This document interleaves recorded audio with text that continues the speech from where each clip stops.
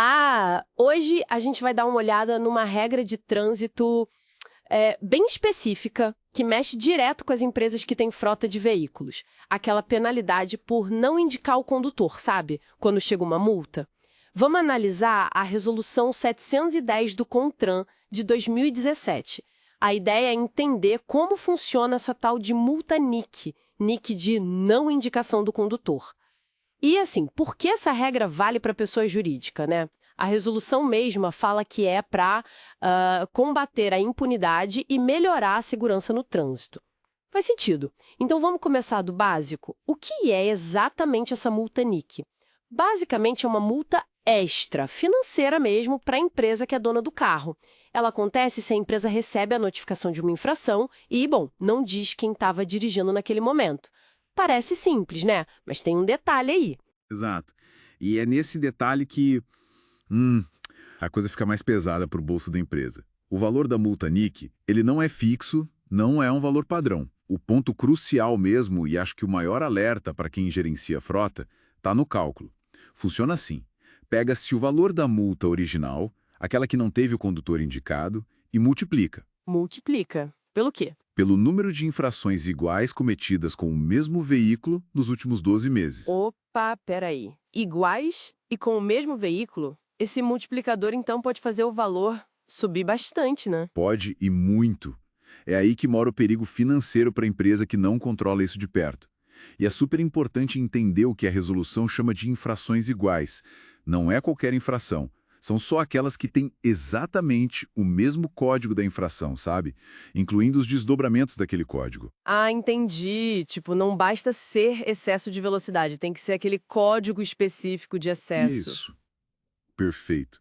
E tem mais um detalhe importante nesse cálculo. Só entram na conta do multiplicador as infrações daquele veículo específico, pertencente àquela empresa e, claro, nas quais o condutor não foi identificado.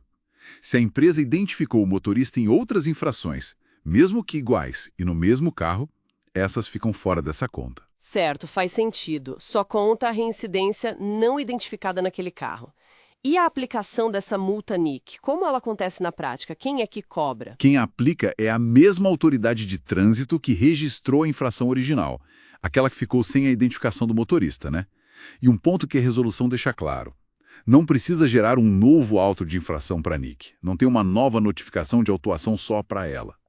Ela é tipo assim, uma consequência direta da falha da empresa lá atrás, de não ter indicado o condutor. Entendi, um desdobramento automático, digamos assim. Mas a empresa recebe alguma coisa, uma notificação dessa penalidade específica? Sim, com certeza. Ela recebe uma notificação da penalidade da multa, NIC. E essa notificação tem que vir bem completa, tem que ter lá os dados do órgão de trânsito, nome e CNPJ da empresa, todos os detalhes da infração original, número do auto, data, hora, local, código da infração, sabe? E também a data de emissão da própria notificação da NIC, o valor da multa NIC que tem que ser pago. Ah, e deve mostrar o valor integral e com desconto se tiver, né? Exato. Valor integral, o valor com desconto para pagamento antecipado, o prazo para recurso, claro, e um campo para autenticação eletrônica. Tudo bem detalhado. Ok. E o que acontece se a empresa, por algum motivo, não pagar essa multa NIC? Quais são as consequências práticas? Aí complica. As consequências são bem diretas e seguem o padrão do Código de Trânsito. Se não pagar a NIC, a empresa fica impedida de fazer duas coisas cruciais com aquele veículo. Não consegue transferir a propriedade para outra pessoa ou empresa. Certo. E não consegue fazer o licenciamento anual do veículo. Ou seja, na prática, o carro fica irregular. Não pode rodar legalmente. Pesado. Mas imagino que exista a possibilidade de defesa, de recorrer dessa multa NIC, certo? Sim, claro. A empresa tem todo o direito de recorrer, assim como recorreria de qualquer outra multa de trânsito. Os procedimentos são os mesmos e tem uma ligação direta com a multa original, que gerou tudo isso. Se a empresa conseguir cancelar a infração original, aquela que não teve o condutor indicado, a multa NIC automaticamente é cancelada também. Ah, bom saber. E tem mais. Se outras multas que foram usadas lá naquele cálculo do multiplicador forem canceladas depois, o valor da NIC tem que ser recalculado. E se a empresa já tiver pago o valor maior, baseado no cálculo anterior, ela tem direito a receber a diferença de volta. Entendi. Então, para a gente resumir, a Resolução 710 basicamente diz para as empresas, olha, vocês têm que identificar quem dirige seus carros e comete infrações. Se não fizerem isso, vem a multa NIC. E essa multa pode ficar bem salgada se o mesmo carro continuar cometendo a mesma infração sem identificação. Exatamente. O recado é claro.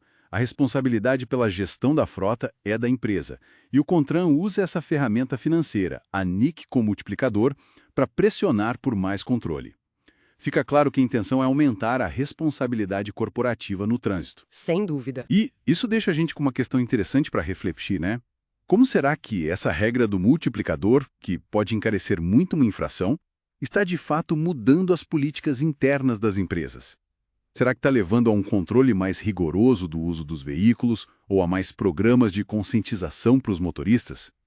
Fica aí a reflexão sobre o impacto real dessa norma no dia a dia das frotas.